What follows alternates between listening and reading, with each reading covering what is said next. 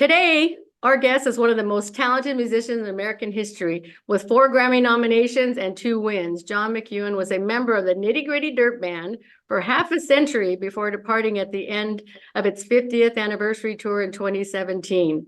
The same year, he was inducted into the American Banjo Museum Hall of Fame. Congratulations. 50 years. I did that for 50 years. That's Okay, what I don't mean to interrupt, but go ahead. Oh, During your extraordinary life, multi-instrumentalist, banjo, guitar, mandolin, fiddle, dobro, piano, dulcimer, McEuen has at last count performed over 10,000 live shows and completed over 300 television shows with the Dirt Band, solo, and with others, as well as produced a handful of film documentaries, and he is also an author. Well, I hear you have been working on a new album. Tell us the name and when it will be out for purchase. I have an album coming out April 12th, and it's on Compass Records, and I'm calling it The Newsman because it's about a newsman. Well, the first cut, which I wrote, is about the newsman, the guy that delivered the news in 1967. That was such a powerful thing that he did because it was so hard because he would, I don't know, we called them crippled then, they're challenged now or whatever, but he was definitely didn't let that stop him. He would load his bike up with newspapers and go to the restaurants and the agencies on his little motor scooter, put. And anyway, I wrote this story about him. I hope I can get it in Reader's Digest. But the album is all full of stories. I think albums should be entertaining. Yes. Not an album with one cut, 2 cuts that are good, and a bunch you don't listen to.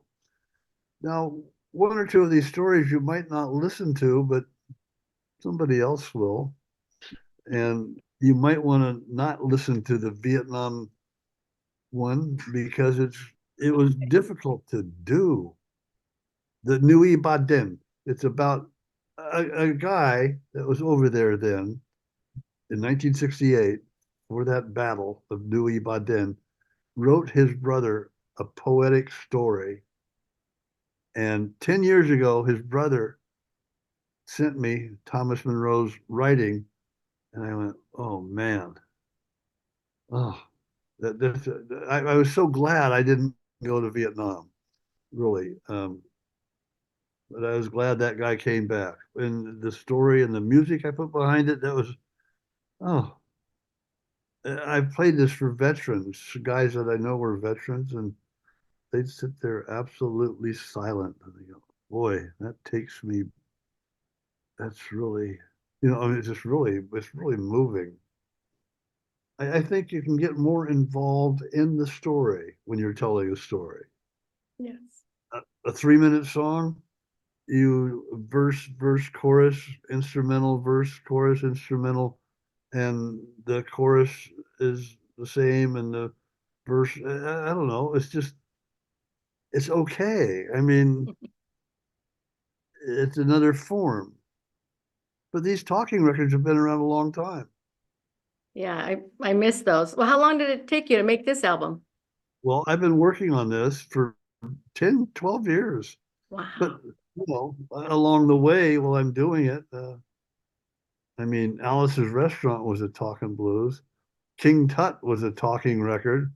King Tut, and when I was a young man, that was a dirt band playing the music on King Tut.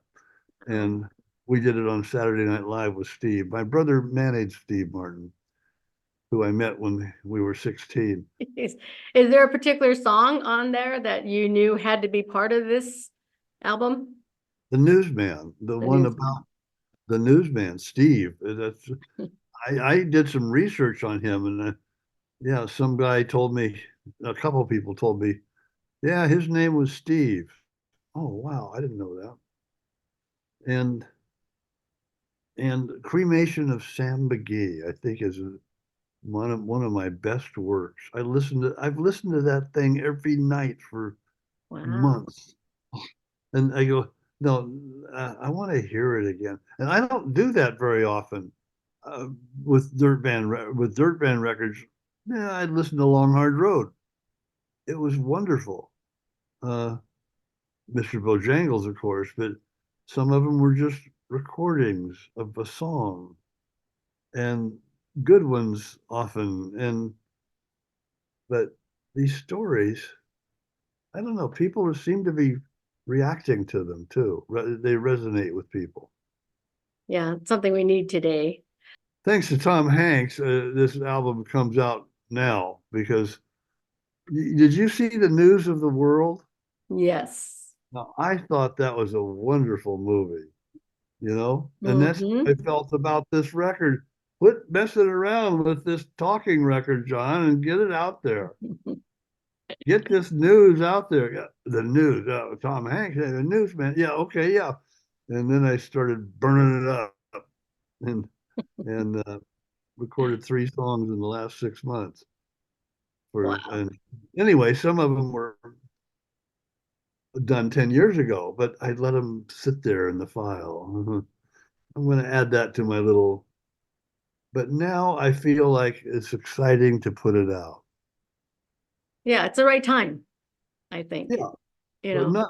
not a year ago, not during COVID might have worked, Yeah, but that I don't maybe. know. Yeah, but it's like maybe. But anyway, I think it's a good time. Yeah, it really is. So, you being with part of a Nitty Gritty Dirt Band, that's some amazing music. What was it like for you? Take us back, talk a little bit about being with that band. It was very educational. I became road manager the first day Wow. because I mean the first road trip we were together 6 months and we had a hit record all of a sudden at month 6, 7, and that puts you on the road.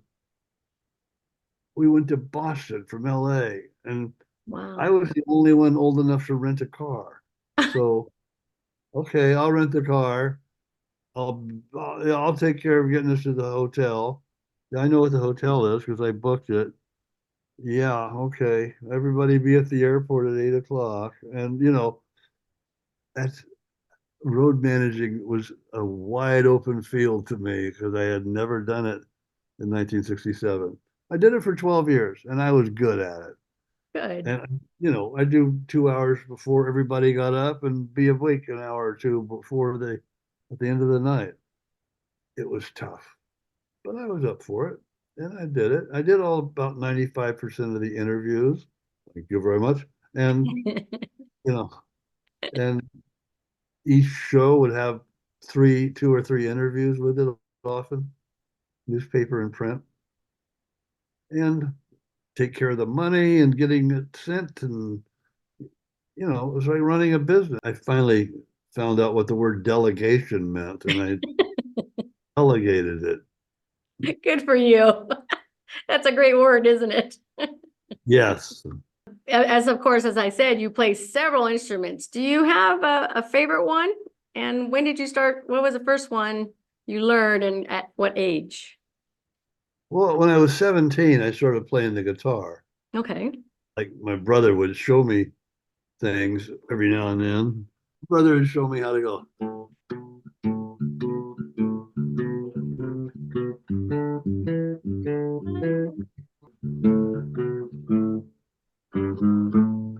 It was like stumbling along. For 6 months, I was 17. I never played anything. It was, and then 17 and a half, that's when I saw the Dillards the first time. Oh, You're familiar with the Dillards, right? yes. Darling Family and the Andy Griffith Show. Yes. Oh, And that just took me away. It was like, oh man, show me how to do that. Tell me how to do that. What do I have to do? And I got to know them. And Rodney Dillard's one of my best friends, my lifetime friend now. And he has been for quite a while. But um, along the way, I played bluegrass, but I played bluesy guitar. I can't do it sitting down. I mean,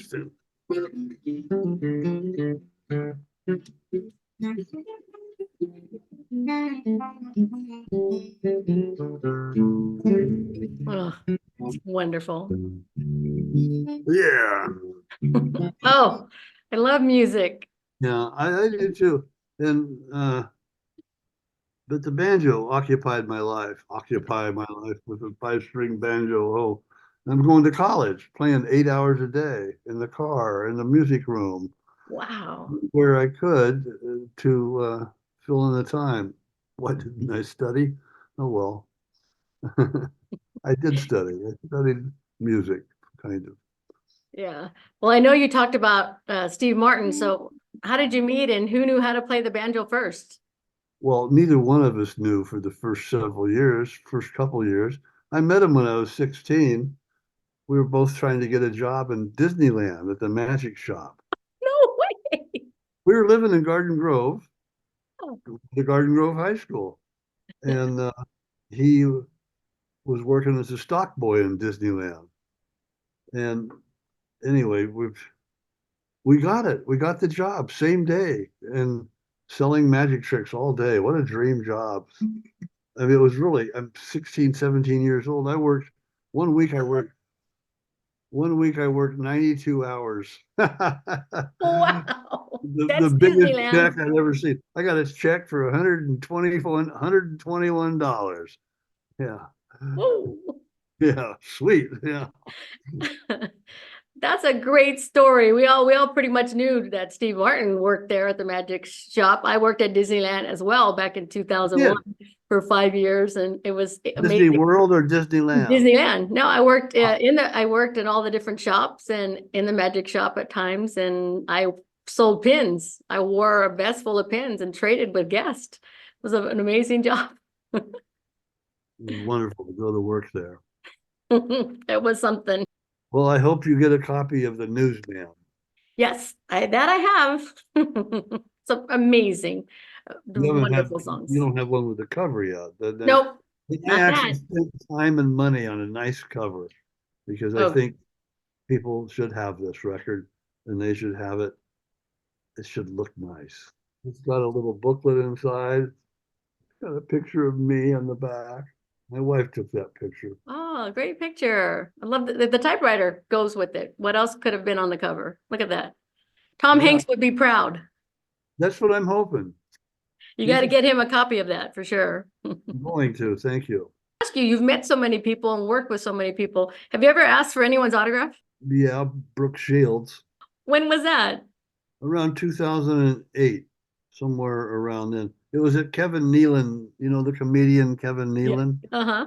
Well, he's a friend of mine. He plays the banjo too, works at Yeah. it. And anyway, he was having a birthday party, and I was there. I was in Hollywood at a restaurant, and I said, Kevin, Brooke just walked in. Brooke Shields just walked in. Oh yeah, I've known her a long time.